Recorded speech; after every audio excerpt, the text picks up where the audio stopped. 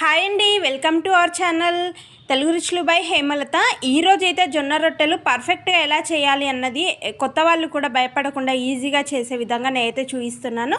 ముందుగా స్టవ్ మీద ఒక 2 గ్లాసుల వాటర్లో కొద్దిగా ఉప్పు వేసుకొని వాటర్ అయితే మరిగించుకోవాలి. నేను ఇక్కడ 2 కప్పుల వరకు జొన్న పిండి తీసుకున్నాను. జొన్న పిండిలో వేడివేడి నీళ్ళు వేసుకొని ఇలా సలాకంతో కలుపుకోవాలి. ఇప్పుడు ఈ గరిటెకు ఉన్నదంతా తీసేసుకొని ఇలా పిండిని అయితే ఒకసారి మిక్స్ చేసిన తర్వాత మూత పెట్టేసుకోవాలి. గోరువెచ్చగా ఉన్నప్పుడు చల్లనీళ్ళు చల్లుకుంటూ ఈ విధంగా పిండి అయితే బాగా ప్రెస్ చేస్తూ కలిపినట్లయితే జొన్న రొట్టెలు మనకు ఎక్కడ కూడా విచ్చుకపోకుండా విరిగిపోకుండా చాలా బాగా వస్తాయి, మెత్తగా కూడా ఉంటాయి. పిండి పట్టించేటప్పుడు చిన్న చిన్న టిప్స్ ఫాలో అయితే ఇంకా బాగా వస్తాయి అన్నమాట.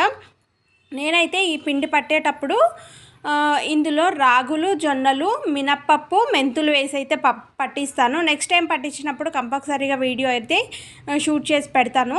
ముందుగా పిండి అయితే ఇలా కలుపుకున్నాం కదా, మొత్తం కలుపుకున్న తర్వాత ఇది పొడి పిండిలో అద్దుకుంటూ రొట్టెనైతే ఈ విధంగా చేసుకోవాలి. నేను చేసిన ఈ రొట్టెలు అయితే 4 అయ్యాయి అన్నమాట.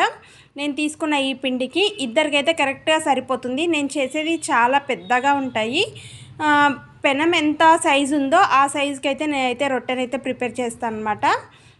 ఇలా రొట్టె మొత్తము చేసుకొని పక్కన పెట్టుకున్న తర్వాత ఇప్పుడు ప్యాన్ హీట్ అయిన తర్వాతనే రొట్టె అనేది వేసుకోవాలి.